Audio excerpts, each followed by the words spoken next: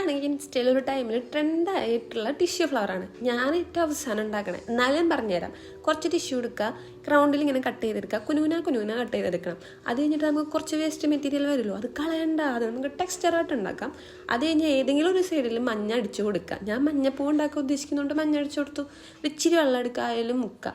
നമ്മൾ മുക്കുമ്പോൾ നന്നായിട്ട് ശ്രദ്ധിക്കണം. ഒരുപാട് മുക്കി കഴിഞ്ഞിട്ടുണ്ടെങ്കിൽ കളർ മൊത്തം പോവും. അതിലോട്ട് സ്കെച്ചല്ലേ.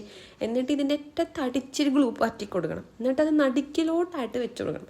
അങ്ങനെ റൗണ്ട് ഫുള്ളും നമ്മളിങ്ങനെ വെച്ച് കൊടുത്തു കഴിഞ്ഞാൽ ഈ സംഭവം കിട്ടും. അവിടെ നടുക്കിൽ കുറച്ചൊരു ഓട്ട ഉണ്ടായിരുന്നു. 5 ടിഷ്യൂ വെച്ച് വന്നപ്പോൾ കഴിഞ്ഞു പോയി.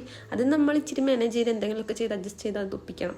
പിന്നെ ഈ കാണുന്ന റൊട്ടേറ്റിങ്, അതിൽ നിന്ന് ആ പശയെന്ന് വിട്ട് വരാൻ പെട്ട പാട്. ഇപ്പം നിങ്ങൾക്ക് കാണുമ്പോൾ ഞാൻ സിമ്പിളായിട്ട് പറിച്ചെടുത്ത പോലെ ഇല്ലേ. എൻ്റെ പൊന്നിടാവ് പറിച്ചെടുക്കാൻ 10 മിനിറ്റ് പിടിച്ചെന്ന്. എന്താ ചെയ്യാനാ. പിന്നെ ഇതിൻ്റെ ഔട്ട് ലുക്ക്, ഫൈനൽ ലുക്ക് അത് കണ്ടപ്പോൾ എനിക്ക് ഭയങ്കരമായിട്ട് ഇഷ്ടപ്പെട്ടു. പിന്നെ ഒരു പൂവൊക്കെ ആകുമ്പോൾ ഒരു തണ്ടൊക്കെ വേണ്ടേ. പിന്നെ എവിടെ കിടന്നിരുന്നൊരു പച്ച പേപ്പർ എടുത്ത് ഉരുട്ടി ഞാൻ ഒരു തണ്ടുണ്ടാക്കി എടുത്തു.